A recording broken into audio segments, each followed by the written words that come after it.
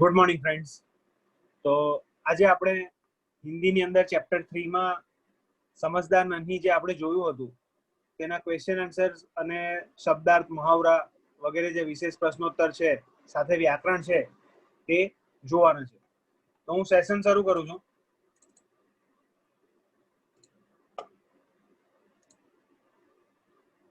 समझदार नहीं, उस कहानी में क्या था मित्रों? तो कि सबका स्वभाव एक जैसा नहीं होता है. अच्छे स्वभाव वाले लोग हमेशा अच्छे काम करते हैं, वे दूसरे की भलाई करते हैं, और बुरे स्वभाव वाले लोग हमेशा बुरे काम करते हैं. जो उनका भला करते हैं उनके साथ वे बुरा व्यवहार करते हैं. बराबर. हमें किसी भी स्थिति में किसी का बुरा नहीं करना चाहिए. यह पाठ हमें यह सीख देता है. बराबर. आमा शब्दार्थ વધારે આપ્યા છે તો આપણે ફરીથી એક વખત જોઈ લઈએ કે તટ, તટ यानी किनारा, नन्ही, नन्ही यानी छोटी. यहाँ पे बतख का नाम नन्ही दिया गया है. बिच्छू, बिच्छू यानी डंख मारने वाला एक जंतु, જેને આપણે ગુજરાતીમાં વીછી પણ કહીએ છીએ. बराबर. फिर आता है दलदल. दलदल यानी जिसमें खड़े होने पर पांव अंदर घसता चला जाए, ऐसी गीली जमीन, उसको हम दलदल बोलेंगे. प्रार्थना, प्रार्थना यानी बिनती. शैतानी, शैतानी यानी शरारत. डंक, डंक यानी बिच्छू का जहरीला कांटा जो उसकी पूंछ में होता है. तड़पना, तड़पना यानी व्याकुल होना, दर्द से छटपटाना. फिर आता है लापरवाही. लापरवाही यानी बेफिक्री. दूसरा आता है स्वभाव. स्वभाव माने आदत, प्रकृति. पुनः, पुनः यानी फिर. प्राण, प्राण यानी जान, जीवन. फिर आएगा संकट. संकट यानी आएगा मुसीबत. धारा, धारा यानी प्रवाह, बहाव. करुण, करुण यानी दुख भरी, दर्द भरी. पुकार, पुकार यानी बुलाने की आवाज. झपटकर, झपटकर यानी बड़ी तेजी से. सहसा, सहसा यानी एकाएक. फिर आएगा गिड़गिड़ाना. गिड़गिड़ाना यानी विनती करना. दोबारा, दोबारा यानी दूसरी बार. इरादा, इरादा यानी विचार. अनुसार यानी मुताबिक. ठिठकना यानी रुकना, झिझकना. शर्म, शर्म यानी लज्जा. खिसियाना, खिसियाना यानी लज्जित होना, शर्मिंदा होना. विश्वासघात यानी धोखेबाजी. भलाई, भलाई यानी अच्छाई. पछतावा, पछतावा यानी अपने बुरे काम पर दुख होना. निर्दोष, निर्दोष यानी बेकसूर. राह, राह माने रास्ता. और प्रसन्न, तो प्रसन्न माने खुश. तो मित्रों ये थे शब्दार्थ. अभी हम देखेंगे मुहावरे, अर्थ और वाक्य में प्रयोग. तो पहला है अनसुनी करना. अनसुनी करना यानी ध्यान ना देना. किसी बात का हमें ध्यान ना दे तो उसके हम बोलते हैं अनसुनी करना. उसका वाक्य में प्रयोग है माँ की बात अनसुनी करके तुमने अच्छा नहीं किया. बराबर. दूसरा है आदत का गुलाम होना, यानी आदत से मजबूर होना. उसका वाक्य में प्रयोग है वह झूठ बोलना छोड़ नहीं सकता क्योंकि वह आदत का गुलाम है. એટલે જૂઠું બોલવું જેની આદત બની ગઈ છે એ ક્યારે પણ સત્ય બોલી શકશે નહીં. मन डोलना, मन डोलना यानी विचार बदलना. डॉक्टर ने मना किया था फिर भी मिठाई देकर मेरा मन डोल गया. बराबर. चौथा है जीवन दान देना, यानी मरने से बचा लेना, नया जीवन देना, ऐसा भी आप कह सकते हैं. तो डॉक्टर मरीजों को जीवन दान देते हैं. पांचवा आएगा शर्म से पानी पानी होना, यानी बहुत लज्जित होना. तो उसमें आएगा चोरी पकड़ी जाने पर नौकर शर्म से पानी पानी हो गया. उसके बाद आता है वचन देना. वचन देना मानो वादा करना. उसका वाक्य में प्रयोग है कि भाई राजा दशरथ ने रानी कैकेयी को 3 वचन दिए. सातवां है थिरकने लगना, यानी खुशी से नाचना। तो संगीत सुनते सुनते लोग थिरकने लगे। आ वार्ता ऑलरेडी આપણે સમજી ગયા છે। હું અભ્યાસ પર આવું છું। तो अभ्यास में पहला प्रश्न है, निम्नलिखित वाक्य किसने किससे कहा और क्यों बताए, वो देखना है। तो पहला है, माँ मैं अपनी गंदी आदत छोड़कर रहूंगी। मैं उससे उसकी गंदी आदत छुड़ा कर रहूंगी। એટલે આ કોણ બોલે છે, કોને કહે છે? तो કે यह वाक्य नन्ही ने अपनी माँ से कहा क्योंकि वह बिच्छू की डंक मारने की आदत छुड़ाना चाहती थी। बराबर। फिर दूसरा आएगा, क्या करूं, डंक मारना मेरा स्वभाव है। तो यह वाक्य बिच्छू ने नन्ही से कहा। बराबर। क्योंकि नन्ही का उपकार भूलना उसके उस डंक मार दिया था। उसे उपकार मानने की जगह उसने सामने से उसे क्या किया, डंक मार दिया। बराबर। तीसरा आएगा, तुम यह गंदी आदत छोड़ दो, नहीं तो मुसीबत में कोई तुम्हारी मदद नहीं करेगा। तो यह वाक्य नन्ही ने बिच्छू से कहा क्योंकि वह बिच्छू की बुरी आदत के बारे में उसे चेतावनी देना चाहती थी। बराबर। चौथा है, भलाई करना मेरा स्वभाव है। तो यह वाक्य नन्ही ने बिच्छू से कहा क्योंकि बिच्छू के विश्वासघात भूलकर उसने उसकी मदद की थी। पांचवा है, मैं वचन देता हूं कि अब मैं किसी निर्दोष जीव को डंक नहीं मारूंगा। तो यह वाक्य बिच्छू ने नन्ही से कहा क्योंकि नन्ही से विश्वासघात पर उसे बहुत पछतावा हुआ था। बराबर। प्रश्न दूसरा है कि यदि तुम नन्ही की जगह होते तो बिच्छू के साथ कैसा बर्ताव करते, सोच कर कहिए। तो डंक मारना बिच्छू की आदत है। जिसने उसे साथ भलाई की उसको भी वह डंक मारता है। नन्ही स्वभाव की अच्छी है, वह समझदार और उदार मन की है। उसने बिच्छू की बुरी आदत छुड़ाने का संकल्प लिया हुआ है। वह बिच्छू के बुरे व्यवहार को भूलकर उसके साथ भलाई करती है। आखिर बिच्छू शर्मिंदा होकर अपनी आदत छोड़ ही देता है। बिच्छू की जगह में होता तो मैं भी उसके साथ नन्ही की तरह ही बर्ताव करता કે बुरे व्यक्ति को सुधारने के लिए यह सब उत्तम मार्ग है। बराबर। એટલે છેલ્લે આખી સ્ટોરી ઇન બિટવીન કીધી અને કીધું છે કે ભાઈ છેલ્લે જો આપણે નન્હીની જગ્યાએ હતે, તમે જો બિચ્છુની સાથે તમે શું કરતે, તો આપણે પણ નન્ही જેવું જ કામ કરવું જોઈએ कि अगर मैं भी जो बिच्छू की जगह में होता तो उसके साथ नन्ही की तरह ही बर्ताव करता कि भाई बुरे व्यक्ति को सुधारने के लिए हमें हमेशा उत्तम मार्ग बताना चाहिए। बराबर। स्वाध्याय के प्रश्नोत्तर दिए गए हैं। यहाँ पे प्रश्न एक है, निम्नलिखित प्रश्नों के उत्तर दीजिए। उसमें पहला है, नन्ही कौन थी? तो के नन्ही एक बतख थी। दूसरा है, बिच्छू कहाँ फंस गया था? तो बिच्छू दलदल में फंस गया था। फिर यहाँ पे तीसरा कहा गया है कि बिच्छू को क्या पछतावा हुआ और क्यों पछतावा हुआ। तो भाई बिच्छू को पछतावा हुआ क्योंकि 2 बार जीवन दान देने वाली बतख यानी नन्ही को डंक मारने वह चला था। એને 2 વાર બચાવી છતાં પણ તે શું કરતો હતો, એને ડંક મારવા જતો હતો। चौथा है, नन्ही ने क्या निश्चय किया? तो कि भाई नन्ही ने यह निश्चय किया कि वह मुसीबत में पड़े को हमेशा बचाती रहेगी। पांचवा है, नन्ही ने बिच्छू को क्यों बचाया? तो कि बिच्छू दलदल में फंस गया था। उसने नन्ही से प्रार्थना की कि बहन मुझे बचा लो।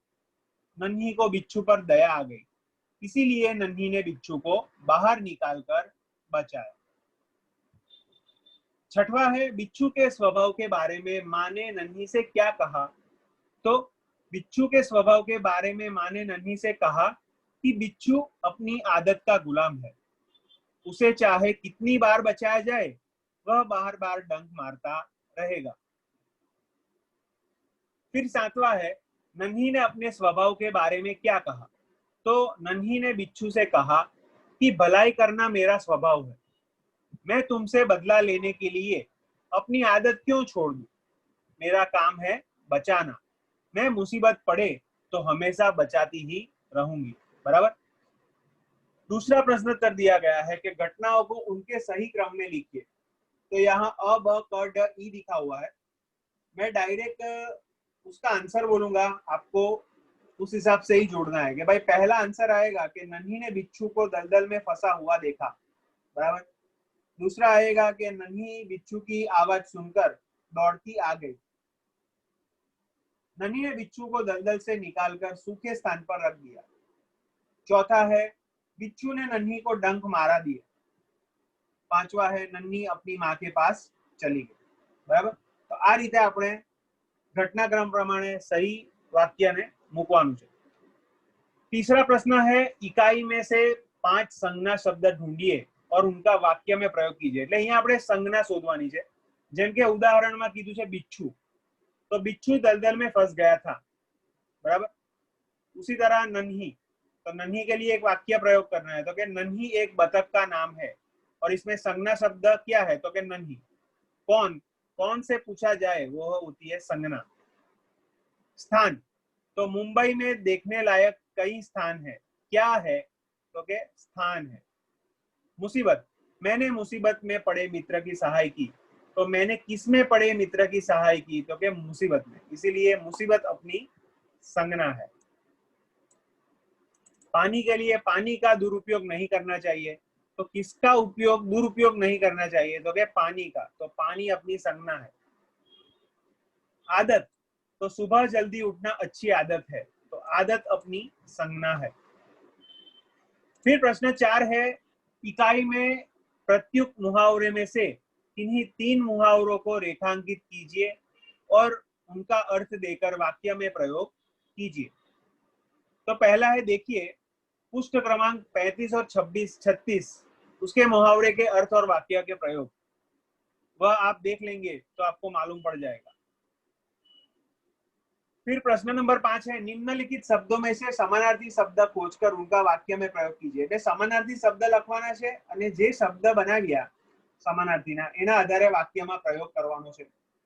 तो पहला है नदी, तो मित्रों नदी का आएगा सरिता, तो सरिता से हमें वाक्य का प्रयोग करना है। तो नर्मदा गुजरात की सबसे बड़ी सरिता है, सरिता माने नदी भी होती है, इसीलिए सरिता लिख सकते हैं। दूसरा है स्थान, तो उसका आएगा जगह, उसका वाक्य में प्रयोग है अच्छे बुरे लोग हर जगह पाए जाते हैं। उसके बाद है स्वभाव, स्वभाव माने प्रकृति, तो वह अच्छी प्रकृति का आदमी है। फिर तीसरा आएगा मुसीबत, मुसीबत मानो संकट, तो संकट में धीरज से काम लेना चाहिए। फिर है प्रसन्न, तो प्रसन्न का आएगा खुश, आज मैं बहुत खुश हूं, उसका वाक्य प्रयोग है। फिर है पांचवा थिरकना, थिरकना मानो नाचना, बराबर, तो उसका वाक्य में प्रयोग है वर्षा के बादल देखकर मोर नाचने लगे। छठवां प्रश्न है निम्नलिखित शब्दों को शब्दकोश के क्रम में लिखिए। बिच्छू, नदी, शैतानी, डंक या मुसीबत।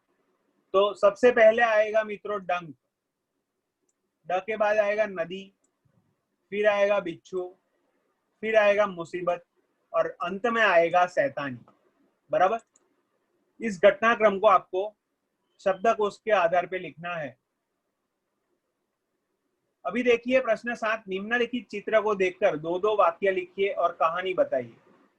तो मित्रों यहाँ पे चित्र दिए गए हैं, पहला, दूसरा, तीसरा, चौथा, और ये कहानी कबूतर और चींटी की है। देख लेते हैं क्या है कि भाई एक नदी थी, उसके किनारे एक पेड़ था, पेड़ पर एक कबूतर रहता था, पेड़ के नीचे एक चींटी रहती थी, बराबर। एक दिन कबूतर ने चींटी को नदी के पानी में डूबते हुए देखा। उसने फौरन एक पत्ता तोड़कर चींटी के पास फेंका। चींटी पानी से पत्ते पर आ गई, पत्ता बहते बहते किनारे आ गया और कबूतर ने नदी से पत्ता बाहर निकाल दिया। चींटी की जान बच गई, उसने कबूतर को धन्यवाद दिया। एक दिन कबूतर पेड़ की डाल पर बैठा हुआ था, एक शिकारी ने उसे देखा और उसकी तरफ बंदूक का निशाना साधा। चींटी ने यह देख उसने फौरन जाकर शिकारी के पांव में काटा। शिकारी दर्द से चिल्लाया, उसकी आवाज सुनकर कबूतर उड़ गया। चींटी ने कबूतर की जान बचाई, कबूतर ने उसका आभार मान लिया। ठीक है। प्रश्न 8 दिया हुआ है कि निम्नलिखित चित्र को देखकर बताइए और इसके बाद क्या क्या हुआ होगा वो भी लिखना है। तो चित्र के दृश्य में क्या दिया हुआ है, तो कि इस चित्र में 2 कार और एक मोटरसाइकिल में हुई टक्कर, उसके बारे में बात की गई है। पास ही की सड़क पर एम्बुलेंस 108 खड़ी है। दुर्घटना में घायल लोगों को एम्बुलेंस द्वारा अस्पताल पहुंचाया होगा, ऐसा अनुमानित माना जाता है। कार में लगी आग को बुझाने के लिए फायर ब्रिगेड को बुलाया होगा। पुलिस भी तुरंत आ गई होगी, उसने दुर्घटना संबंधी आगे की कार्यवाही की होगी। बराबर। 9वां प्रश्न है, निम्नलिखित वाक्य में से उचित विराम चिन्ह का प्रयोग करके वाक्य फिर से लिखिए। तो पहला वाक्य है, बिच्छू बोला नन्ही बहन आज तुम जीत गए। तो इसका सही वाक्य कैसे बनेगा, तो कि बिच्छू बोला नन्ही बहन आज तुम जीत गई, उसमें यहाँ पे उद्गार आएगा कि बिच्छू बोला, तो क्या बोला उसके लिए उद्गार रखना पड़ेगा। यहाँ पे 2 और यहाँ पे 2 मात्रा रखनी पड़ेगी ऊपर। फिर क्यों भाई तुमने मुझे डंक क्यों मारा, तो उसके लिए उद्गार यहाँ पे रखना है क्यों भाई, फिर अल्पविराम रखना है और रखना है तुमने मुझे डंक क्यों मारा, उसके बाद रखना है प्रश्नार्थ चिन्ह। तीसरा है बिच्छू भाई ठिठक क्यों गए डंक मारो, तो इसमें आएगा बिच्छू भाई, फिर आएगा अल्पविराम, ठिठक क्यों गए, उसके बाद आएगा प्रश्नार्थ चिन्ह और डंक मारो। चौथा है भलाई करना मेरा स्वभाव है, तो ये नॉर्मल है, भलाई करना मेरा स्वभाव है के बाद में आएगा पूर्ण विराम। बहन मुझे बचा लो, तो बहन के बाद अल्पविराम आएगा और उसके बाद आएगा मुझे बचा लो के बाद पूर्ण विराम। फिर है प्रश्न 10, निम्नलिखित परिच्छेद को पढ़कर उसके नीचे दिए गए प्रश्न के उत्तर लिखिए। तो भाई पहला है, देवताओं का अभिवादन स्वीकार करके पश्चात ब्रह्मा जी ने उनसे कुशल मंगल पूछा। इस पर इंद्र बोले, पितामह हम वृत्रासुर के त्रस्त है, अपनी प्राण रक्षा करने के हेतु हमारे लिए कठिन हो रहा है। असुर न केवल हमसे अधिक बलवान है अपितु चतुर भी अधिक है। हम एक शस्त्र बनाते हैं तो वह 4 बना लेते हैं, हम उनसे पार नहीं पा सकते। कृपा कर वृत्रासुर के विनाश का कोई उपाय बताइए। तो इसके आधार पर हमें प्रश्न के उत्तर देने हैं।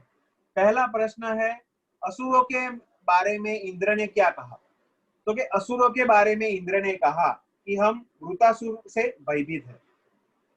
असुर बलवान तो है ही, संख्या व चतुराई में भी वह हमसे अधिक है, उनके पास हमसे 4 गुने शस्त्र हैं।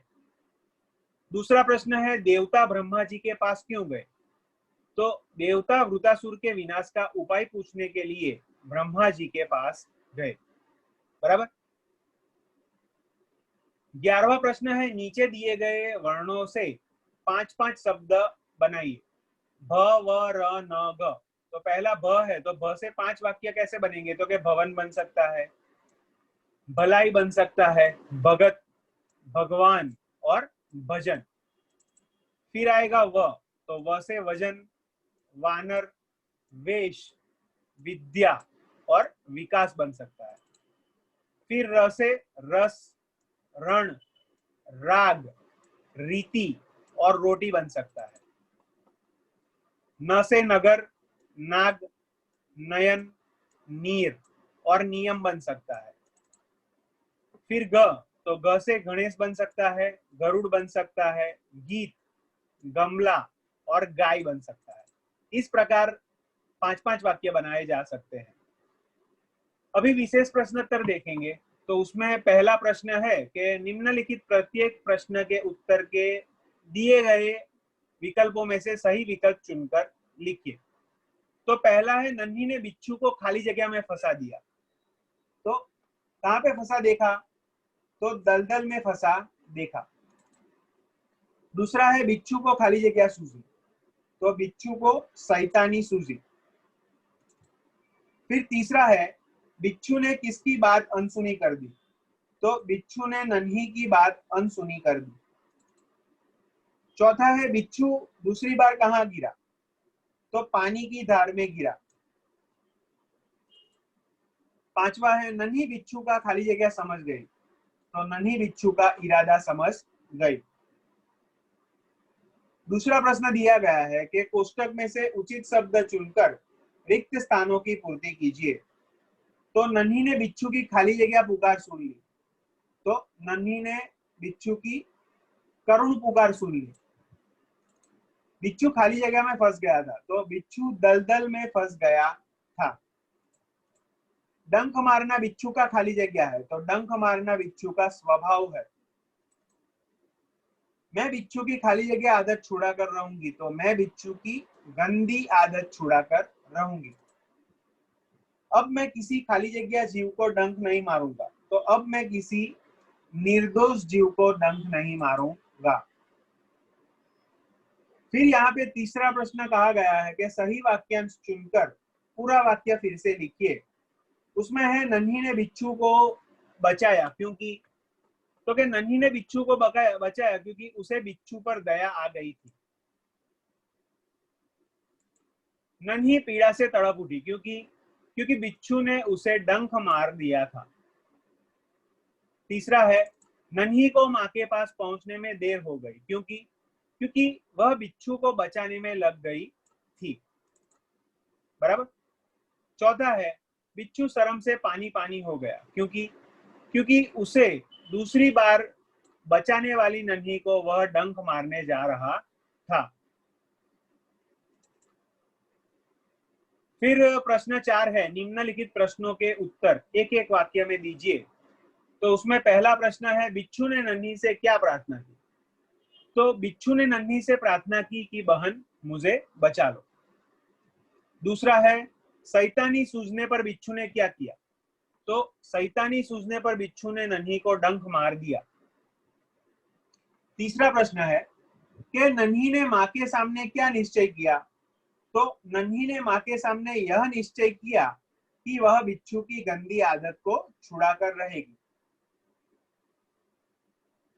नन्ही ने क्या सोचकर बिच्छू को दोबारा जीवन दान दिया? वही बोला कि डंक मारने के गंदी आदत को छुड़ा देगी।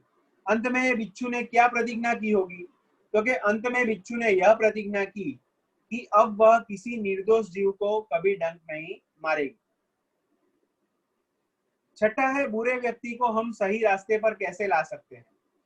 तो कि भाई बुरे व्यक्ति के साथ बार बार भलाई करके हम उसे सही रास्ते पर ला सकते हैं। सातवां प्रश्न क्या कहा गया है कि समझदार नन्ही कहानी से हमें क्या सीख मिलती है? तो कि समझदार नन्ही कहानी से हमें यह सीख मिलती है कि धीरज और प्रेम से हम बुरे व्यक्ति की बुराई भी छोड़ सकते हैं। એટલે ગમે તેટલો ખરાબ વ્યક્તિ કેમ નહીં હોય, આપણે હંમેશા ધીરજ રાખીને એની પ્રેમ રાખીને પ્રેમ ભાવથી એની बुराई છોડાવી શકીએ છીએ। पांचवा प्रश्न है निम्नलिखित प्रश्नों के उत्तर विस्तार से दीजिए। उसमें पहला है डंक मारने पर नन्ही ने बिच्छू से क्या कहा? तो कि डंक मारने पर नन्ही ने बिच्छू से कहा कि मैं तो तुम्हारी जान बचाई थी, फिर भी तुमने मुझे डंक मार दिया। तुम यह आदत छोड़ दो। यदि तुम इसे नहीं छोड़ोगे तो मुसीबत में कोई तुम्हारी मदद नहीं करेगा। बराबर। दूसरा है बिच्छू को पछतावा हुआ क्यों? तो कि नन्ही ने बिच्छू के साथ भलाई की थी, फिर भी बिच्छू ने डंक मारा। उसने अपनी आदत नहीं छोड़ी। उसने दूसरी बार नन्ही को डंक मारने की कोशिश की और दूसरी बार उसने अपनी गलती समझ में आई, इसीलिए बिच्छू को पछतावा हुआ था। भाषा सज्जता में देखिए कि पहला है सर्वनाम। तो रामू, पिताजी मैं चित्रकार बनूंगा, तो मैं इसमें सर्वनाम है। पिताजी बोलते हैं अच्छा तुम चित्रकार बनना चाहते हो, तो यहाँ पे सर्वनाम तुम है। रामू कहता है पिताजी आपने कभी चित्रकारी सीखना शुरू किया था, तो यहाँ पे आपने वह सर्वनाम है। पिताजी ने कहा हाँ शुरू किया था, लेकिन मेरी माँ ने मना कर दिया था, वह संगीतकार बनाना चाहती थी, તો વહ મુજેમાં વહ એ સર્વનામ છે. तो એ જ અહીંયા કીધું છે કે मैं शब्द रामू संज्ञा के स्थान पर आया हुआ है, तुम शब्द भी रामू संज्ञा के लिए आया हुआ है, आप शब्द पिता के संज्ञा के लिए आया हुआ है और वह शब्द मां संज्ञा के स्थान पर आया हुआ है. बराबर. इस प्रकार मैं, तुम, आप और वह शब्द किसी ना किसी संज्ञा के स्पष्ट रूप में आए हुए हैं. यह शब्द क्या होते हैं? सर्वनाम होते हैं. जो शब्द संज्ञा के स्थान पर प्रत्युक्त होते हैं वे सर्वनाम कहलाए जाते हैं. એટલે નામને બદલે વપરાતા શબ્દને આપણે શું કહીશું? સર્વનામ. एक प्रश्न जो है कि निम्नलिखित वाक्य में से सर्वनाम छांट कर लिखिए. तो मैं बुद्धिमान लड़का हूं, तो आमा सर्वनाम आवशे मैं. तुम तो चित्रकारी सीख रहे थे ना, तो यहाँ पे सर्वनाम आएगा तुम. आप कहाँ जा रहे हैं, तो यहाँ पे सर्वनाम आएगा आप. हम स्कूल जा रहे हैं, तो यहाँ पे सर्वनाम आएगा हम. वह साहब से शिकायत करेगा, तो यहाँ पे सर्वनाम आएगा वह. ठीक है. फिर वे अच्छे लड़के हैं, तो यहाँ पे सर्वनाम आएगा वे.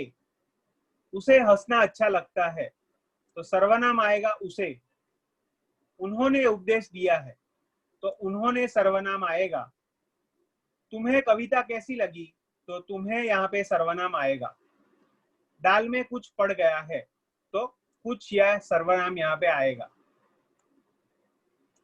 दूसरा प्रश्न दिया गया है कि कोष्टक में से उचित सर्वनाम चुनकर रिक्त स्थानों में लिखिए. तो खाली जगह चुप क्यों बैठे हो, तो तुम चुप क्यों बैठे हो. फिर खाली जगह खोलना अच्छा लगता है, तो उसे खेलना अच्छा लगता है. खाली जगह कलाकार बनना चाहता हूं, तो खाली जगह कलाकार में क्या आएगा? मैं कलाकार बनना चाहता हूं. खाली जगह शरारत करता है, तो वह शरारत करता है. देखते हैं खाली जगह जीतता है, तो देखते हैं कौन जीतता है. इसी प्रकार संयुक्त अक्षर मतलब किसी व्यंजन का स्वर हटाकर उसे आगे वाले व्यंजन से जोड़ देने पर संयुक्त अक्षर बनते हैं. जैसे कि मच्छर, तो मच्छर, राष्ट्रीय, मस्तक, अन्य, नगण्य, ऐसे शब्द. तो इन शब्द में रेखांकित अक्षर संयुक्त अक्षर कहते हैं. कक्षा, समझो कक्षा, तो क वत्ता श इज इक्वल टू क्ष, तो कक्षा, कक्ष, क्षमा, वैसे ही होता है.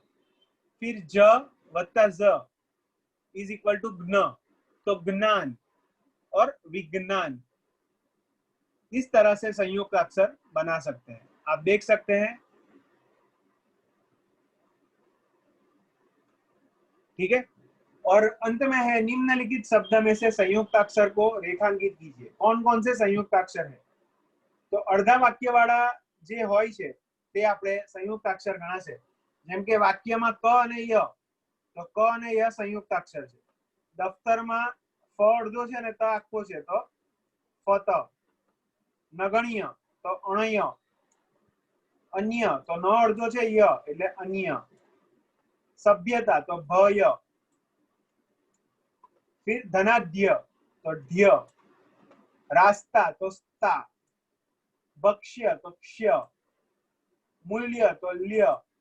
लक्ष्य तो क्ष्य. सम्मान तो ममा. चिन्ह तो हन. इस प्रकार संयुक्त अक्षर वाक्य रेखांकित किए गए हैं. तो मित्रों, यह था अपना चैप्टर नंबर 3. वो संपूर्ण खत्म हो चुका है. तो आप इसको पढ़िए और पूरा लिखना है. ठीक है. तो फ्रेंड्स, आ साथे हूँ मारू सेशन कंप्लीट करूँ छूं. Thank you.